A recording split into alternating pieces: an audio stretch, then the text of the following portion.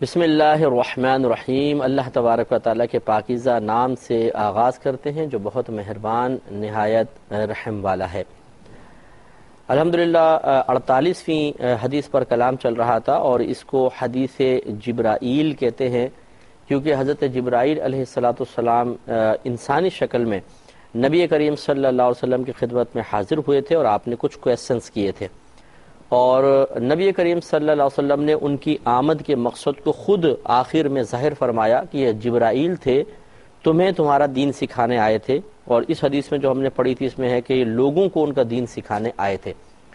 تو معلوم یہ ہوا کہ جبریل امین انسانی شکل میں اور یقیناً اللہ کے حکم سے آئے تھے، اور آپ نے علم سیکھنے سکھانے کا ایک اور طریقہ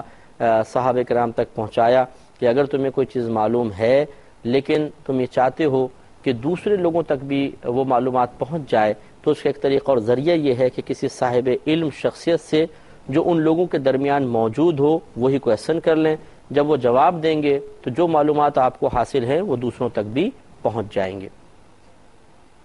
اب جبریل امین نے جو کویسچنز کیے تھے اس پہ کلام کر لیتے ہیں۔ آپ نے پہلا کویسچن کیا تھا کہ مل ایمان، ایمان کیا ہے؟ اس پہ کلام ہو چکا ہے کہ ایمان اصل میں یقین کا نام ہے، ایک قلبی کیفیت کو ایمان کہتے ہیں، یعنی نبی کریم صلی اللہ علیہ وسلم اللہ تبارک و تعالیٰ کی جانب سے جو کچھ لے کر آئے اس کے حق اور سچ ہونے کے یقین کو ایمان کہا جاتا ہے۔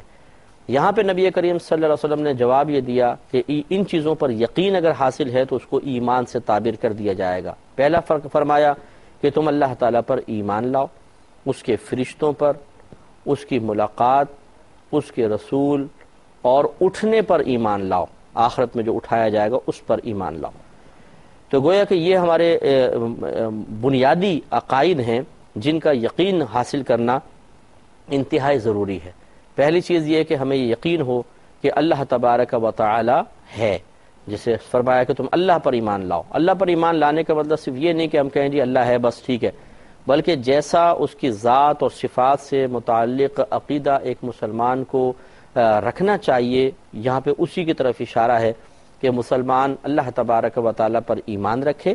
یعنی جیسے اس کی ذات اور صفات کے لیے عقائد ہونے چاہیے ویسے وہ عقیدے اپنے قائم کرے۔ لہٰذا بنیادی عقائد یہی ہیں کہ ہم یہ کہیں کہ اللہ تبارک و تعالیٰ اس کائنات میں ہے، جگہ کا تعین نہ کریں اس جگہ ہے اس جگہ ہے ہر جگہ ہے آسمان پر ہے، یہ سب غلط ہے، علماء اسلام نے اس کا رد کیا ہے۔ ہم یہ کہیں گے کہ اللہ تبارک و تعالی ہے اور اپنے علم اور قدرت کے اعتبار سے پوری کائنات کو گھیرے ہوئے ہے، ذرے ذرے کو گھیرے ہوئے ہے۔ اپنے علم کے اعتبار سے گھیرنے کا مطلب یہ ہے کہ اس کو ایک ایک چیز کا علم ہے، کسی چیز سے وہ جاہل نہیں ہے، کوئی چیز اس سے مجہول نہیں ہے۔ اور دوسرا اپنی قدرت کے اعتبار سے گھیرنے کا مطلب یہ ہے کہ اللہ تبارک و تعالی ہر چیز میں جب چاہے جیسا چاہے تصرف کرنے پر قدرت رکھتا ہے، جس کو چاہے زندہ کر دے، جس کو چاہے مار دے، کسی کو بڑا کر دے، چھوٹا کر دے، فنا کر دے، مٹا دے، سب پہ اللہ تعالیٰ کو ہر وقت قدرت حاصل ہے۔ کوئی ذرہ اس کی گرفت سے، اس کی پکڑ سے، اس کے تصرف سے باہر نہیں ہے۔ بس یہ اللہ تبارک و تعالیٰ کے بارے میں ایک بنیادی تصور تو ہمیں رکھنا ہی چاہیے۔ اس کے علاوہ پھر یہ عقائد کہ وہ خالق ہے، مالک ہے، وہ نہ کسی کی اولاد ہے، نہ اس کی کوئی اولاد ہے، اس کی بیوی نہیں، اس کے ماں باپ نہیں، بے نیاز ہے، وہ نہ کھاتا ہے، نہ پیتا ہے، نہ سوتا ہے، نہ اونگتا ہے، وہ غافل نہیں ہوتا، بندوں پہ ظلم نہیں کرتا ہے۔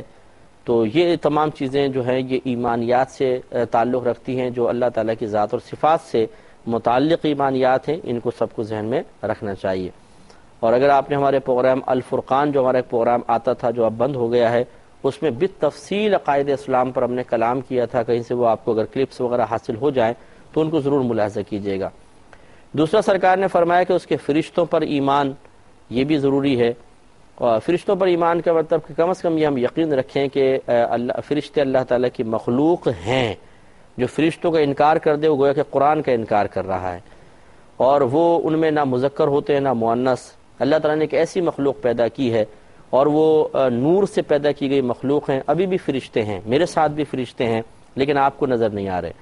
وہ ابھی بھی موجود ہیں، اطراف میں بہت سارے فرشتے ہیں لیکن ہمیں نظر نہیں آتے ہیں، کیونکہ نوری مخلوق ہے، اور نوری وہ ایسی نوری مخلوق ہے کہ وہ نظر نہیں آتی ہے۔ ایک تو دیکھیں لائٹ کا نور ہے، مجھ پہ لائٹ پڑ رہی ہے، آپ کو یہ نور کم از کم نظر آ رہا ہے، فرشتے بھی نوری مخلوق ہیں، لیکن وہ اس طرح کے نہیں کہ وہ چمکیں کہیں پر کہ وہ جیسے فرشتے یہاں سے گیا تو ایک لائٹ سی کے اندر نکل کے جا رہی ہے، بلکہ نوری مخلوق ہونے کے باوجود وہ اتنی لطیف چیز ہیں کہ ان کا آر پار دیکھا جا سکتا ہے، اور وہ آپ کو حرکت کرتے ہوئے بھی نظر نہیں آئیں گے۔ جس کو اللہ تعالیٰ ظاہر کر دے، بہرحال ظاہر کر دے، لیکن ہر شخص نہیں دیکھ سکتا ہے۔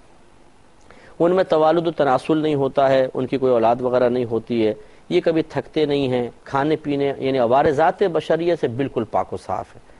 کبھی اللہ کی نافرمانی نہیں کرتے، معصوم مخلوق ہے۔ تو یہ اور اتنی ان کی تعداد ہے کہ کوئی اس کا اندازہ نہیں کر سکتا کہ کتنی تعداد ہے، اللہ تعالیٰ بہتر جانے، یا اگر اللہ تعالیٰ چاہے تو اس کے بتائے سے اس کے رسول کریم صلی اللہ علیہ وسلم بہتر بتا سکتے ہیں، ورنہ یہ فرشتوں کی تعداد کا علم کسی کے پاس نہیں، اتنی کثرت سے یہ ہیں کہ کچھ امتحان ہے، یہ کم از کم ایمان رکھیں۔ پھر سرکار نے فرمایا وَبِلِقَائِهِ، اور اللہ تبارک و تعالیٰ سے ملاقات پر ایمان۔ تو ہمارا یقین ہے کہ انشاءاللہ جب ہم مر جائیں گے تو ایک وقت گزارنے کے بعد، وہ وقت کتنا ہوگا یہ ہم بالکل ظاہر نہیں کر سکتے، نہ ہمیں معلوم ہے کہ کتنا عرصہ ہم مرنے کے بعد اس دنیا کے اندر رہیں گے۔ پھر جب ایک وقت آئے گا تو اللہ تبارک و تعالیٰ پوری دنیا کو، کائنات کو تباہ فرما دے گا، صرف اللہ تبارک و تعالیٰ کی ذات ہوگی اور اس کے علاوہ کچھ بھی نہیں ہوگا۔ یا جنت دوزخ اللہ نے جو قائم فرمائی ہیں وہ، یعنی یہ دنیا ختم ہو جائے گی ساری، پھر ہمیں اٹھایا جائے گا اور ہم اللہ تبارک و تعالیٰ کی بارگاہ میں پہنچیں گے، وہاں اللہ تعالیٰ کی بھی زیارت کریں گے۔ نبی کریم صلی اللہ علیہ وسلم کے فرمان عالی شان کے مطابق کہ تم اللہ تبارک و تعالیٰ کو بالکل ایسا دیکھو گے جیسے 14ویں رات کے چاند کو دیکھتے ہو، بلکہ سرکار نے فرمایا کہ کیا تم 14ویں رات کے چاند کو دیکھنے میں شک کرتے ہو؟ صحابہ کرام علیہم رضوان نے عرض کیا رسول اللہ صلی اللہ علیہ وسلم نہیں، بالکل واضح طور پہ دیکھتے ہیں۔ تو سرکار نے فرمایا پس ایسے ہی اپنے رب کو دیکھو گے، یعنی ایسا نہیں کہ وہ چاند کی طرح نظر آئے گا، کہنے کا مطلب یہ ہے کہ اللہ تعالیٰ اپنی شان کے لائق اپنی تجلی ظاہر فرمائے گا اور لوگ زیارت کریں گے، لیکن یہ زیارت مسلمان کے ساتھ محدود ہے، کافر، مشرک، مرتد، منافق یہ لوگ نہیں دیکھ سکتے، مسلمان دیکھیں گے، مومن دیکھیں گے، اللہ تعالیٰ اپنی زیارت سے انہیں سرفراز فرمائے گا، اور وہ زیارت کتنی خوبصورت ہوگی اس کا اندازہ ہم نہیں کر سکتے۔ آج کسی خوبصورت چیز کو دیکھ کر دل میں کتنی ٹھنڈک پیدا ہوتی ہے، کتنا لطف آتا ہے، کتنا مزہ آتا ہے، کتنا سرور آتا ہے۔ بعض اوقات تو خوبصورت چیز کو دیکھ کر دل چاہتا ہے کہ نگاہ ہی نہ ہٹائیں۔ تو سوچئے کہ جب ان مخلوقات میں اتنی خوبصورتی ہے، اتنی ہمارے لیے اٹریکشن ہے، تو وہ اس خالق کے اندر کتنی کشش ہوگی جس نے ان سب چیزوں کو پیدا فرمایا ہے۔ تو وہ تو پھر انشاءاللہ بروز قیامت ہی پتہ چلے گا۔ تو اس پر یقین ہونا چاہیے، گویا کہ نبی کریم صلی اللہ علیہ وسلم فرماتے ہیں کہ ایمان کی ایک علامت اور نشانی یہ ہے، یعنی اس شخص کو صاحب ایمان کہیں گے جس کو یہ یقین بھی حاصل ہو کہ مجھے ایک دن اللہ تعالیٰ سے ملنا ہے۔ پھر فرمایا اور اس کے رسولوں پر ایمان۔ رسولوں پر ایمان کا مطلب یہ ہے کہ ہم اس بات کو مانیں کہ اللہ تبارک و تعالیٰ نے اپنے بہت سارے بندوں کو منتخب فرما کر انہیں رسالت اور نبوت کے منصب سے سرفراز فرمایا، انہیں نعمت عطا فرمائی اور لوگوں کی ہدایت کے لیے ان کو دنیا میں بھیجا ہے۔ رسول وہ ہوتا ہے کہ جس پر اللہ تعالیٰ کی طرف سے کتاب باقاعدہ نازل ہوئی، اور نبی وہ ہوتا ہے کہ وہ ہوتا تو اللہ کا مقرب بندہ ہے، لیکن وہ صاحب کتاب نہیں ہوتا، بلکہ وہ جو رسول ان سے پہلے آئے ہوتے ہیں انہی کی کتاب و شریعت پہ چلتے ہیں۔ تو ہر رسول نبی ضرور ہوتا ہے، لیکن ہر نبی رسول بھی ہو یہ ضروری نہیں ہے۔ تو یہ اللہ تعالیٰ کے مقرب بندے آتے ہیں اور تبلیغ دین فرماتے ہیں، ایک مخصوص عرصے تک رہتے ہیں، پھر دنیا سے پردہ فرما جاتے ہیں۔ سب سے پہلے حضرت آدم علیہ السلام تھے، اور سب سے آخری ہمارے نبی کریم صلی اللہ علیہ وسلم ہیں، حضرت محمد صلی اللہ علیہ وسلم۔ اور ان کے درمیان جو ہیں وہ کتنے نبی آئے، کتنے رسول آئے، ان میں بہت سی حدیثوں کے اندر مختلف تعداد ہیں۔ زیادہ جو مشہور تعداد ہے وہ 1,24,000، 1,24,000، لیکن اس میں بھی چونکہ تعداد مختلف آئی ہے اس لیے فقہا نے فرمایا کہ کنفرم یوں نہ کہیں کہ 1,24,000 انبیاء علیہ السلام آئے تھے، کیونکہ ہو سکتا ہے کہ اس سے کم یا زیادہ ہوں، کیونکہ تعداد مختلف آئی ہے۔ تو اگر ہم 1,24,000 پہ فکس کر دیں گے، ہو سکتا ہے اس سے کم آئے ہوں، تو پھر غیر نبی کو نبی ماننا لازم آئے گا، اور ہو سکتا ہے اس سے زیادہ آئے ہوں تو پھر نبی کا انکار کرنا لازم آئے گا۔ لہٰذا جب بھی آپ یہ ذکر کریں تو یوں کہا کریں کم و بیش 1,24,000، یا کم زیادہ 1,24,000، تقریباً 1,24,000، تو ان الفاظ سے پھر گرفت نہیں ہوگی، تو یہ ان تمام رسولوں پر ہمارا ایمان ہونا چاہیے یعنی ہم مسلمان، یعنی جو صاحب ایمان، واقعی صاحب ایمان ہے، وہ کسی نبی کا انکار نہیں کرے گا۔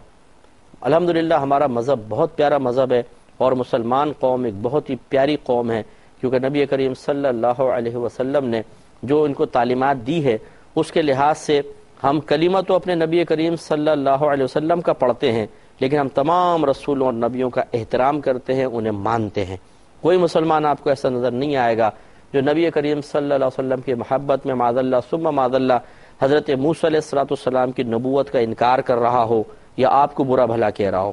کوئی ایسا مسلمان نظر نہیں آئے گا جو نبی کریم صلی اللہ علیہ وسلم کی محبت میں، عقیدت میں حضرت عیسیٰ علیہ السلام کا انکار کر رہا ہو۔ نہیں، ہم ہر نبی کو مانتے ہیں، جتنے بھی نبی ہیں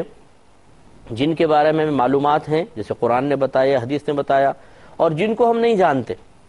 تعداد تو آ گئی لیکن ہمیں سب کے نام تو پتہ ہی نہیں ہے، کسی کو بھی نہیں پتہ، اللہ تعالیٰ کے رسول بہتر جانتے ہیں۔ تو عوام میں سے تو کیونکہ ظاہر ہی نہیں ہوا تو ہمیں کیا پتہ وہ کون، ان کے نام کیا کیا ہیں، لیکن کم از کم تعداد کے اعتبار سے تو ہم یہ کہتے ہیں نا کہ جتنے بھی نبی اور رسول آئے کم و بیش 1,24,000 سب پر ہمارا ایمان ہے، ہم یقین رکھتے ہیں کہ وہ اللہ کے رسول اور نبی ہیں، اور ہم کسی کی گستاخی نہیں کرتے، کسی کو حقیر و کمتر نہیں سمجھتے، سب ہمارے سروں کے تاج ہیں۔ ہاں یہ ضرور ہم مانتے ہیں کہ اللہ تعالیٰ نے خود قرآن عظیم میں ارشاد فرمایا کہ یہ رسول ہیں، اللہ تعالیٰ نے ان میں سے بعض کو بعض پر فضیلت عطا فرمائی ہے۔ اور اسی طرح نبی کریم صلی اللہ علیہ وسلم نے ارشاد فرمایا کہ انا سید الاولین والآخرین، میں پہلے والوں کو بھی سردار ہوں، بعد میں آنے والوں کو بھی سردار ہوں۔ تو گویا کہ سب سے افضل ترین نبی جو ہیں وہ ہمارے نبی کریم صلی اللہ علیہ وسلم ہیں، یہ ضرور ہے، لیکن دوسروں کا مفضول ہونا ذکر کرتے ہوئے ہم خدا نخواستہ ان کے لیے کوئی توہین یا تحقیر کے الفاظ ادا نہیں کرتے ہیں۔ سب ہمارے سر آنکھوں پر، کوئی امتی چاہے کسی بھی امت میں ہو کسی بھی نبی سے آگے نہیں بڑھ سکتا۔ ہمارے یہ مسلمہ اصول ہے، علماء اسلام اس پر متفق ہیں، اگر کوئی کسی غیر نبی کو نبی سے افضل مانے وہ دائرہ اسلام سے خارج ہو جائے گا۔ تو امید ہے کہ آپ سمجھ گئے ہوں گے جو اسلام کو جاننا چاہتے ہیں کہ ہمارا مذہب اسلام کتنا خوبصورت مذہب ہے کہ ہر ایک کا ادب، احترام اور تعظیم سکھاتا ہے۔ اور سرکار نے فرمایا کہ تؤمن بالبعث، اور تم اس بات پر بھی ایمان رکھو کہ اللہ تعالی ہمیں اٹھائے گا۔ ایک اللہ کی ملاقات پہلے ذکر فرمایا، پھر اٹھانے کا، تو اس کا بیان بھی حدیثوں کے اندر آیا اور قرآن کے اندر بھی ذکر ہے، لیکن حدیثوں میں تفصیل کے ساتھ ہے کہ جب سب لوگ مر جائیں گے، پوری دنیا، یعنی جب آخری معاملہ ہوگا، دنیا کا اینڈ ہونے لگے گا، تو اس وقت پھر اللہ تبارک و تعالی بچوں کی پیدائش کو روک دے گا اور 40 سال تک کوئی اولاد نہیں ہوگی۔ تو جو سب سے اور پھر قیامت قائم ہوگی، تو جو سب سے چھوٹی عمر کا شخص ہوگا جب قیامت قائم ہوگی وہ 40 سال کا ہوگا، سب سے چھوٹی عمر والا، بڑی عمریں پہ اور بھی ہو سکتی ہیں۔ اور یہ یاد رکھیں کہ اس وقت سارے دنیا میں کافر ہوں گے، مسلمان کوئی بھی نہیں ہوگا۔ حضرت عیسیٰ علیہ السلام، حضرت امام مہدی رضی اللہ تعالی عنہ قرب قیامت کے وقت تشریف لائیں گے،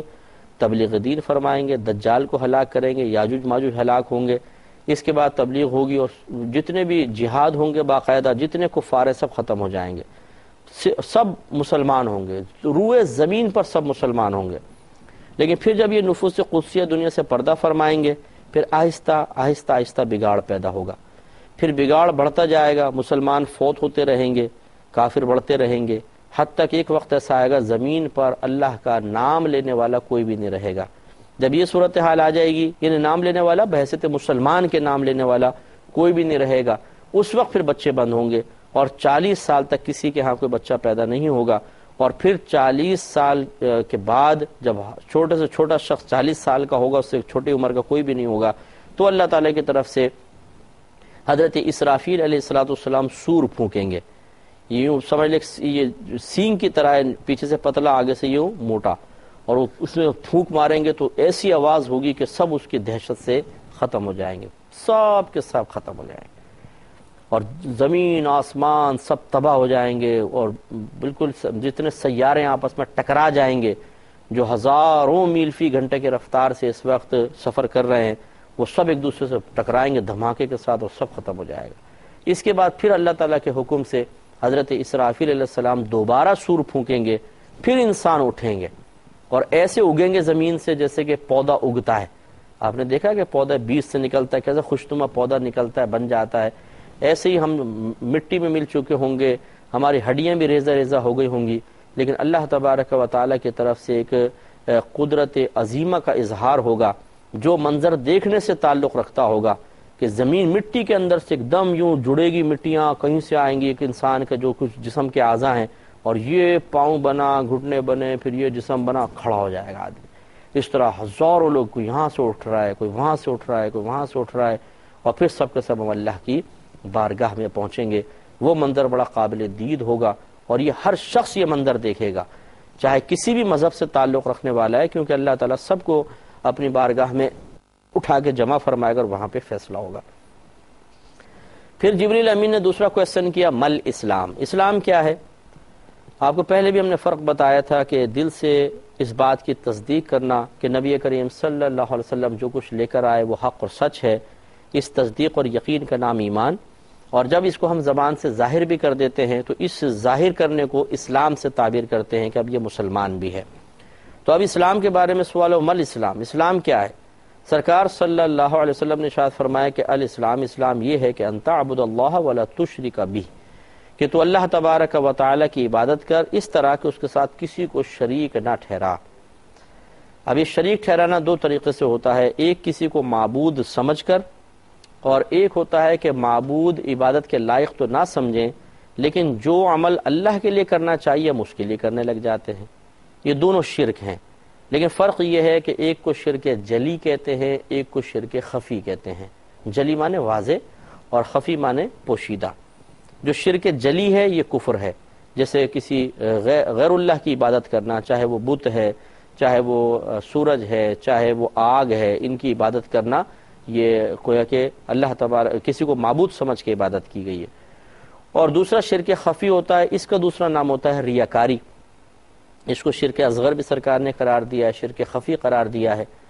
یعنی وہ عمل جو اللہ کے لیے کرنا چاہیے، مثلا نماز ہے، روزہ ہے، حج ہے، زکوٰۃ ہے،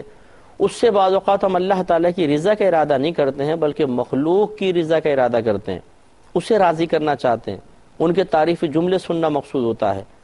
ان کی یعنی